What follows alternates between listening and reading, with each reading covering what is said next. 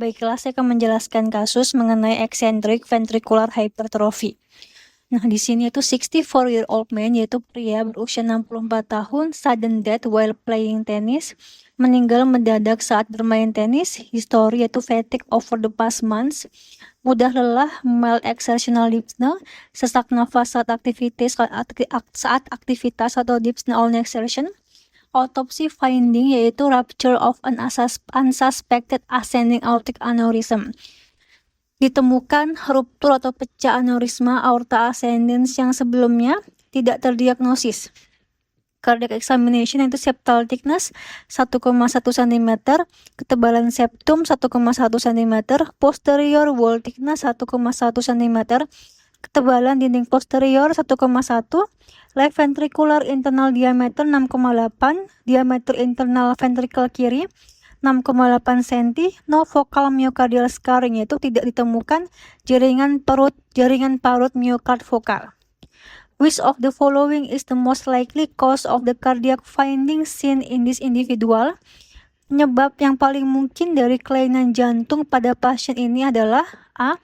Aortic regurgitation, B. Aortic stenosis, C. Hypertrophic cardiomyopathy, D. Obstructive coronary artery disease, dan juga E. Restrictive cardiomyopathy. Di pause terlebih dahulu ya. Baiklah, jawaban yang benar adalah A, yaitu aortic regurgitation. Clinical reasoningnya yaitu di sini yaitu seorang pria berusia 64 tahun meninggal mendadak saat olahraga. Riwayat yaitu lelah plus sesak saat aktivitas. Autopsi yaitu ruptur aneurisma aorta ascendens. Jantungnya dinding normal 1,1 cm, left ventricle membesar 6,8 cm. Tidak ada jaringan parut atau no scar. Interpretasi temuan jantung yaitu LV, ruang besar atau dilatasi, dinding tidak menebal. Ini khas yaitu eccentric hypertrophy. Penyebab eccentric hypertrophy yaitu penyebab utamanya adalah volume overload. Contoh adalah aortic regurgitation, mitral regurgitation. Hubungkan dengan aneurisma aorta yaitu aneurisma aorta ascendens, yaitu melebar di akar aorta. Akibatnya katup aorta tidak menutup sempurna. Terjadi aortic regurgitation. Mekanisme penyakit yaitu darah bocor kembali ke left ventricle saat diastol menyebabkan left ventricle kebanjiran darah.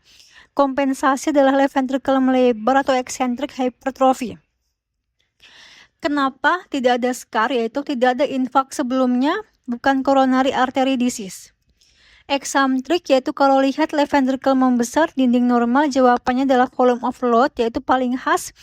Aortic regurgitation, satu kalimat super hafal yaitu left ventricle besar plus dinding normal sama dengan regurgitasi atau volume overload. Penjelasan kasus. Definisi eccentric hypertrophy adalah pembesaran ventricle kiri, ruang jantung melebar, dinding relatif tidak terlalu tebal. Etiologi disebabkan oleh volume overload atau kelebihan darah di ventricle. Contoh adalah aortic regurgitation, mitral regurgitation, dilated cardiomyopathy. Pada soal yaitu ada aneurisma aorta ascendens menyebabkan aortic regurgitation.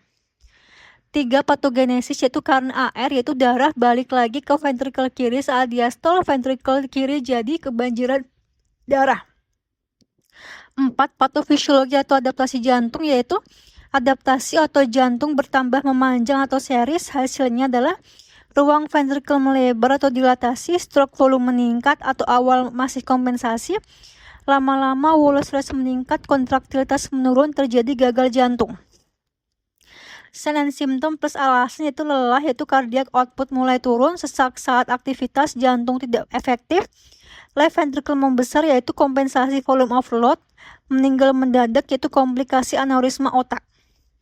Kunci soal temuannya left ventricular diameter besar 6,8 cm, dinding normal, tidak ada scar, ini khas eccentric hypertrophy, penyebab paling sesuai yaitu aortic regurgitation. Kenapa yang lain salah, yaitu B. Aortic stenosis, masalah adalah tekanan tinggi atau pressure overload, hasilnya adalah concentric hypertrophy. Dinding tebal, salah karena di soal dinding normal bukan tebal, benar jika left ventricle dinding tebal, ruang kecil.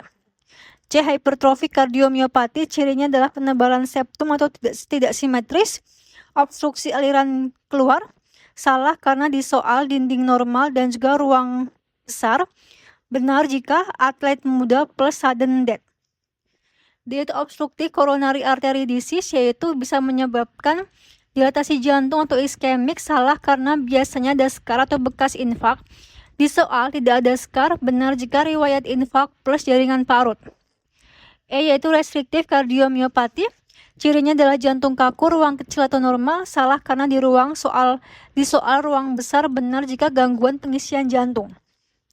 Kesimpulan, aneurisma aorta sama dengan dilatasi akar aorta, menyebabkan aortic regurgitation sehingga volume overload, eccentric hypertrophy atau left ventricular melebar. Jawaban adalah aortic regurgitation. Eccentric kalau lihat left ventricle membesar, dinding normal, jawabannya volume overload. Contoh adalah aortic regurgitation.